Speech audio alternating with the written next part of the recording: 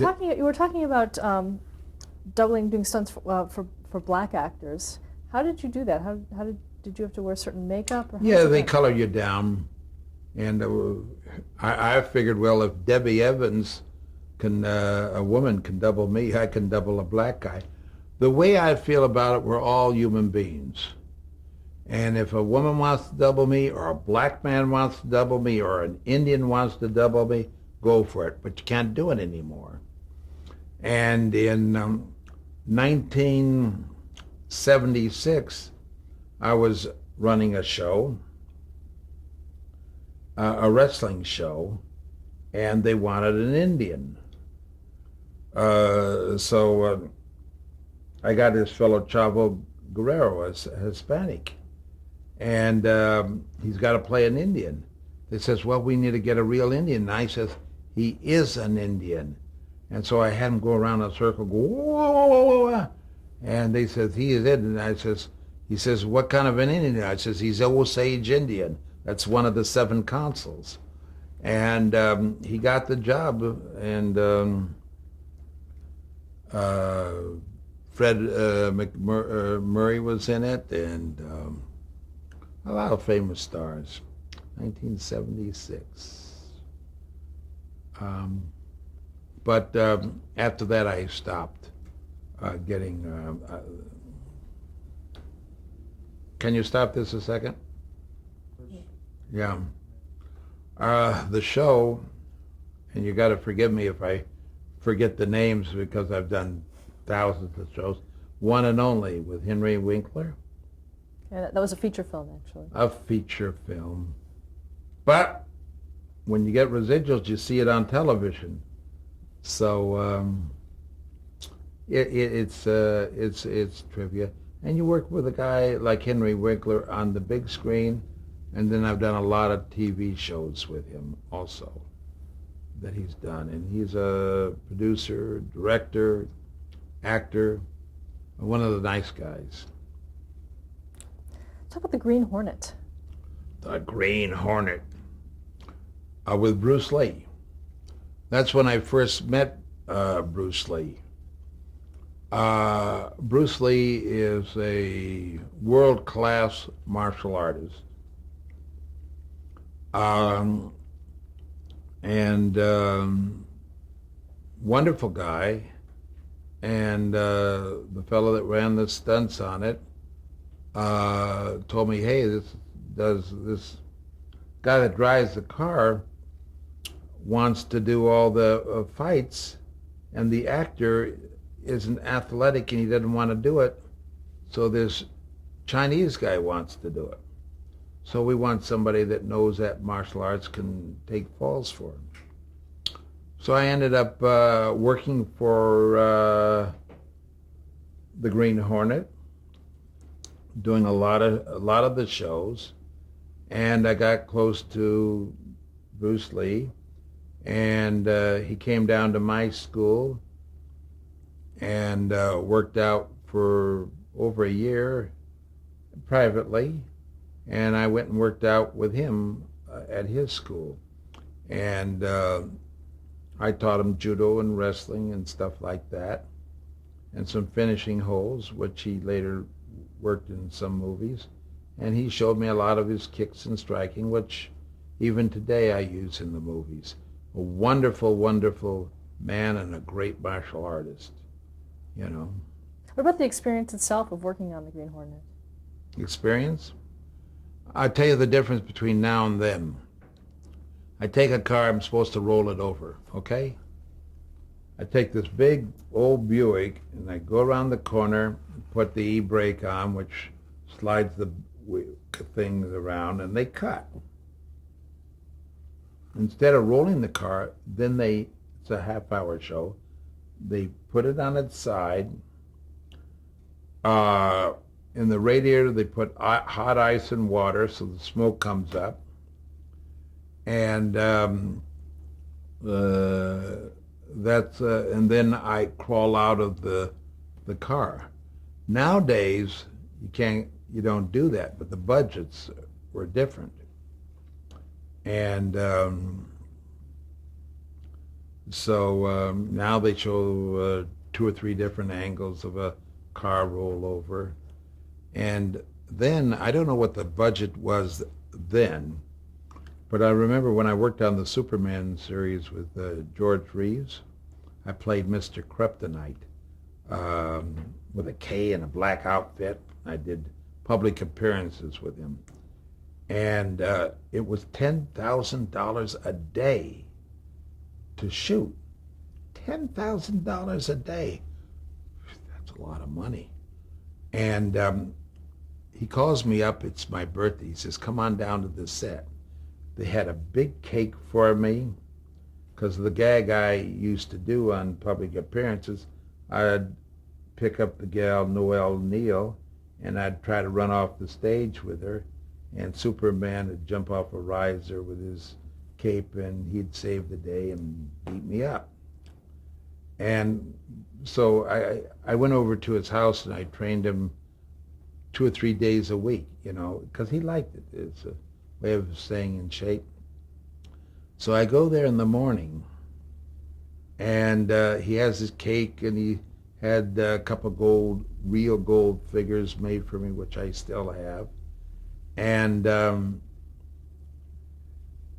he said to the director, how do you like it? Have a drink. And the director says, I'm off the wagon. I mean, I'm not off the wagon. I don't drink anymore. Well, have one drink and we'll get back to work. Have another drink. Now, this is before noon. The guy passes out. Now, $10,000 a day, and he's George Reeves in tears laughing. And so is Noelle Neal, who played Lois Lane. Wonderful lady. And anyway, that was a wrap for the day. $10,000 they blew because he had too many drinks, the director, and passed out. It just, it's trivia things, something that you shouldn't say on the cinema firmament here, but it's something that you remember. When you were working with George Reeves, did you choreograph your fight scenes for that show?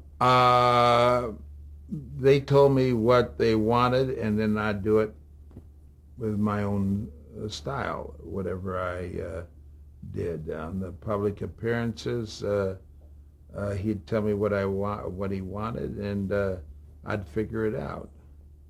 And we had a lot of fun. I traveled all over the United States. He did public appearances, and a lot of strange things happened. One little kid brought a gun out and wanted to see the bullets bounce off him, and how was that averted?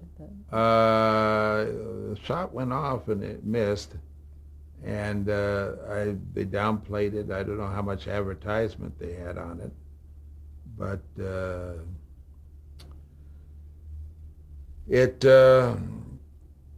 things happened, and I was going to, I guess I would tell this story, and if you don't like it, you can cut it out. He didn't like putting on the outfit, the Superman, so they ran a last season, and it was him that quit. He says, I don't want to do it anymore. So they were signing him up to do a show called Wagon Train. He was going to be the wagon master.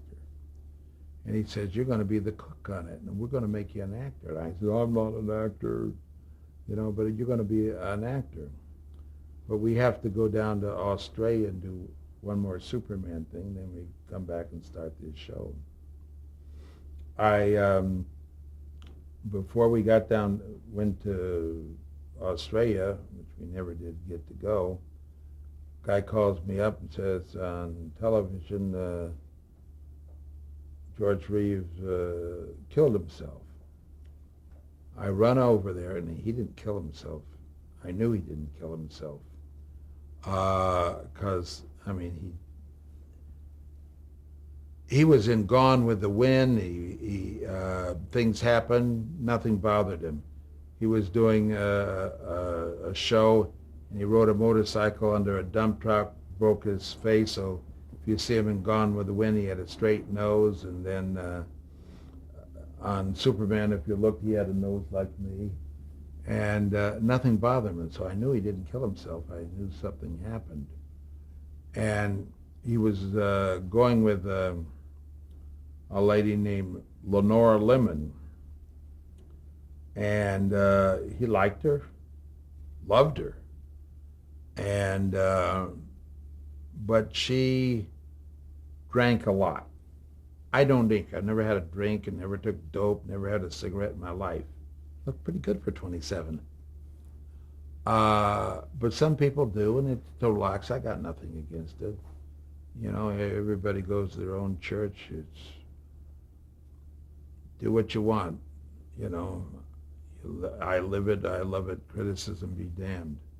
Anyway, she just bought, or he did, an antique lamp.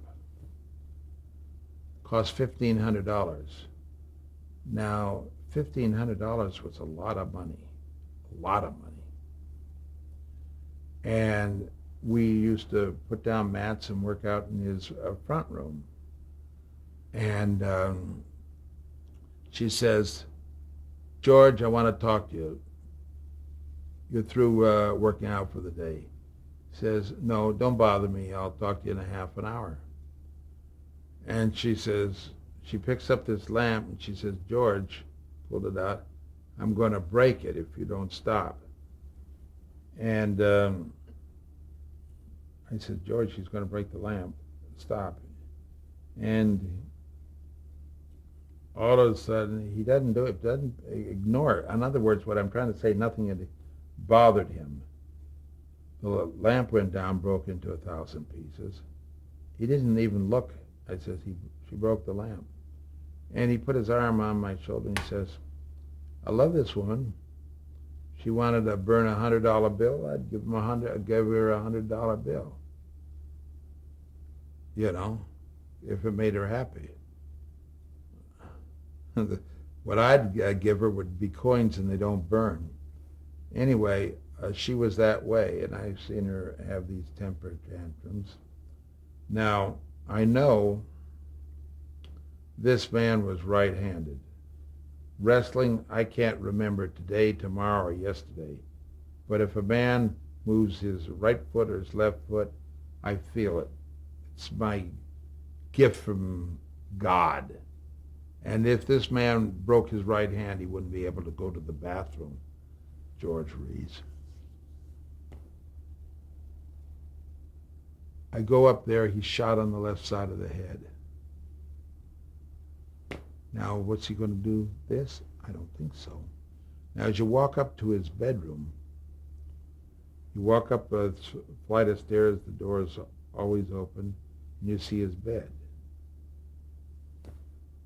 Now, as I go in, I've been to his bedroom a lot, there's a mat down there. It says, the bat's never there. What's this?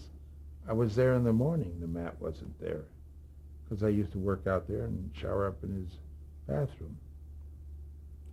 Put it back and it looked like 4 or 5 holes in the ground, bullet holes. So I told the lieutenant there, I said, Lenore Lemon grabbed it and he went upstairs because he didn't want to deal with her. They had company. When she got too much to drink, she'd get out of line. He wouldn't bother. He'd just go upstairs. Nothing bothered him. I said, he tried to tell him he was right-handed and he wouldn't do it. And if you come up and shoot and get the gun right out of the drawer, she goes like this to scare him for 4 or 5 shots, thinks it's out of bullets, puts it to his head, and it kills him. I was a pallbearer at his funeral. And the lieutenant said, either you leave right now, I'm going to throw you in jail.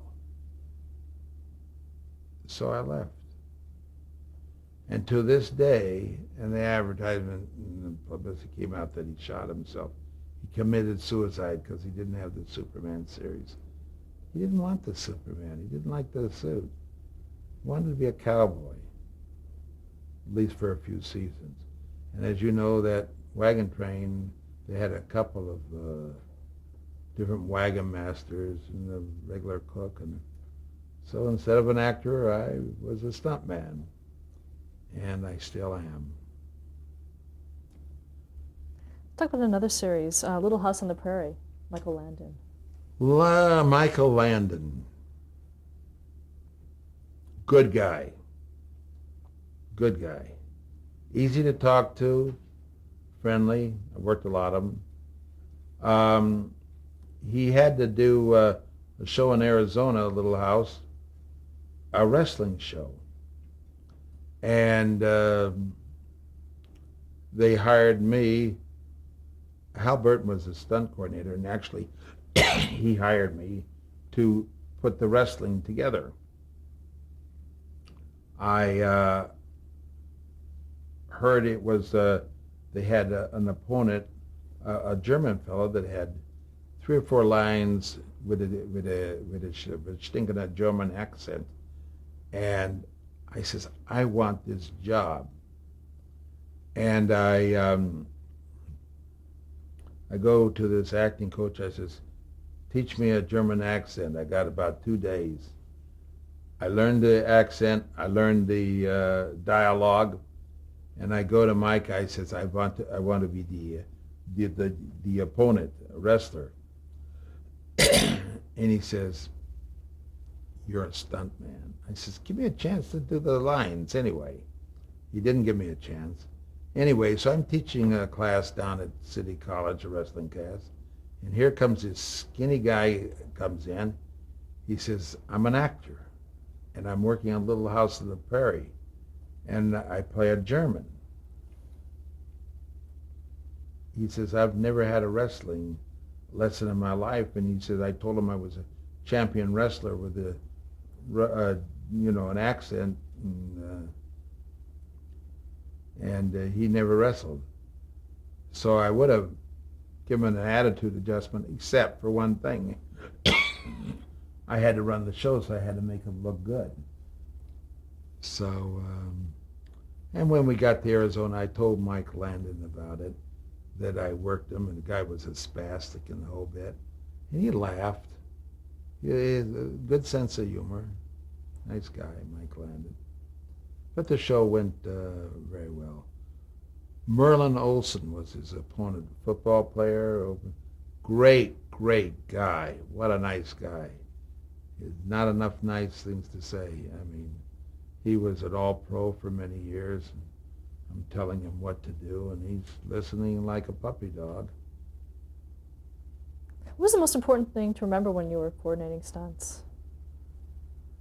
God, there's a lot of important things to remember, but it isn't remembering them. They have to become second nature. If you're shifting a gear in a car, you got to remember where the gear shift is. If a guy's coming towards you, you don't have to think to put the brake on. Your foot goes off the accelerator onto the brake. Everything has to become second nature. And if it isn't, you're not qualified.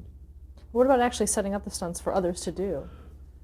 You set it up to be as safe as you can. Somebody might want to do an air ramp. I say, well, for me, I use 300 pounds, 400 pounds. You might want 900 pounds. Some air ramps kick a little faster than others. You must know your equipment.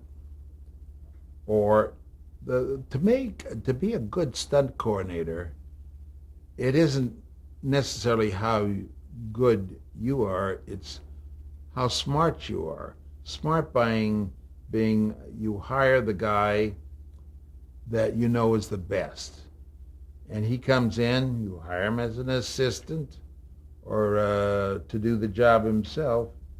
So you're hiring a great guy. Like if I'm doing air ramps, I hire Dennis Scott, who is like in the class by himself.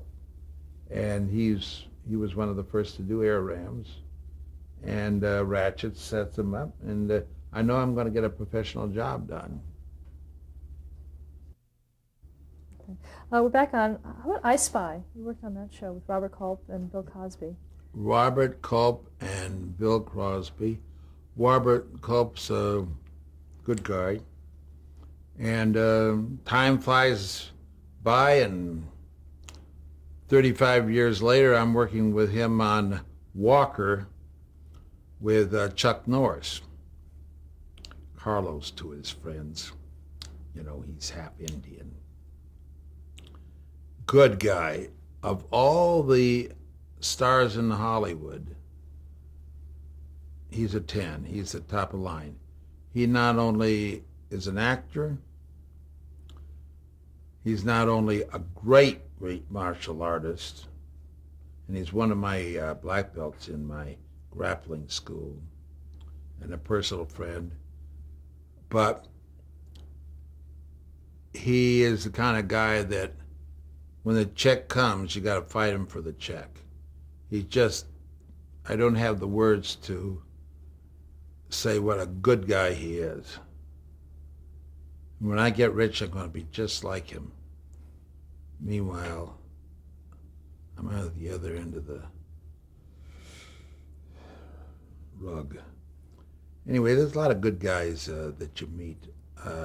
And Robert Culp, I worked with him on Walker, as I was saying, and he remembered me. And he should, for all the times he beat me up on I Spy. But as time goes by, he was a leading man on I Spy, and he beat this guy and he beat that guy. But on Walker, Chuck was a star, and he played the bad guy. So he got beat up. The $6 Million Man, starring Lee Majors. Lee Majors is a good guy. All these people you mentioned, I haven't mentioned a bad guy, but Lee Majors, he's the kind of guy that, he's a jock. He does these things. He gets in there and mixes up. He drives a little, he'll take a fall, he'll do a fight scene. He's probably beat me up on $6 Million Man, or the shows he's done more than any other stuntman that's ever lived. I don't know why. He picks on me. Wonderful guy. And a good actor, too. Do you have any specific memories about working on the $6 Million Man? Well, a lot of memories. Kathy Rigby just won the Olympics in all around and gymnastics. And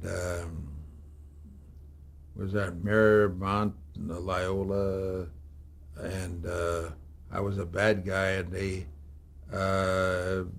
Lee had the superhuman strength, and because all his parts were bionic. Mine would be a bionic, but I can't afford it with my salary. And he tossed me high over the this volleyball net, and you're landing on the wood. It's a little hard fall, and Kathy Rigby's there, and she says a couple of words to me. But I said, gee, I'm working with an Olympic gold medalist. It's a thrill. Of course, I'd rather have $5 cash. But What's Starsky and Hutch?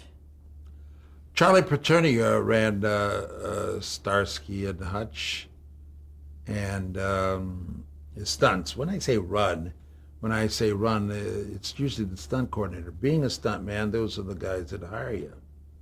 And I had all his stars have beat me up many, many times. And Charlie did a show where I doubled a guy in Hawaii called Van Johnson, old-time movie star. And I got thrown off a cliff into the ocean about 40 feet backwards.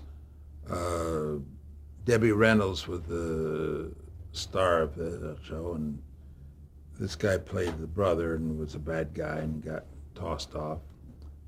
And Charlie Pacerni ran the stunts on that, and you know, it's trivia.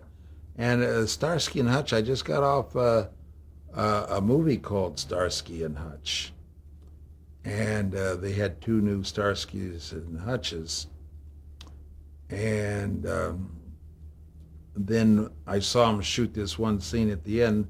The regular Starsky and Hutches from the TV series came by, and they jump a Starsky and Hutch red and white car into the ocean. And the dialogue is with the original ones, I told you you shouldn't have sold that car to him. It's a comedy last line. Trivia. So it's nice. You work all these shows, the TV series with the same name, and the movie with the same name. Gary Davis was the second unit director on that. How about Beretta with Robert Blake? Beretta with Robert Blake. Robert Blake was an interesting guy, very nice guy to me. And I had some interesting scenes with they had a parrot, and Ronnie Rondell ran the stunts on it. And when the show was over, I was supposed to be in a bed, and I jumped out of bed and pulled my back out. That's all I remembered. And Ronnie, who was very rich, had a little Volkswagen, so I was on my knees, and he drove me to a chiropractor. Trivia, things that you remember on Beretta. And it's funny how you see somebody really nice, and maybe the news media sees him another way. He was a good guy, and a lot of people knock O.J. Simpson. I did a few shows with him. Nicest guy in the world. I worked a show with him, Goldie and the Boxer, and I have to fight him with the gloves on. And he does a comedy thing with me. And I'm running the stunts on it, and he did exactly what I said. Very humble, very modest, and thought the guy was terrific. And I still do. Maybe some people don't. Eyes of the beholder. Do you remember what you did on Laverne and Shirley? Oh, Penny let's Marshall see. and One of the times we did they had a party outside and a big parade, and we had to climb up 4 or 5 layers on a grease pole to get the flag and see who wins. And I was one of the bottom guys, with people putting their foot in the face and on the shoulders and everything. It's a comedy. Nice show to work with.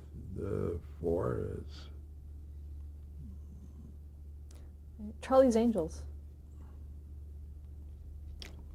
Worked Charlie's Angels, did roller skating on that. Oh, a lot of different things. Fantasy Island. Fantasy Island, we did wrestling on it. We did boxing on it. And other little stunts that they had. And the actors were very nice. And I talked to the little actor. Oh, Hervé Villechaize. And he was a nice guy. It's funny how the news media reads something the wrong way, or maybe they give a bad image of somebody. They can ruin a guy's profession. Well, the first time I met him was on a show with Henry Winkler and was teaching him to wrestle because he had some gags to do. And he said he took an interview and he's going to get this job. And I says, well, what's your dialogue? He goes like this, the plane, Fantasy Island. And that ran for quite a few years. Stop there to change the tape.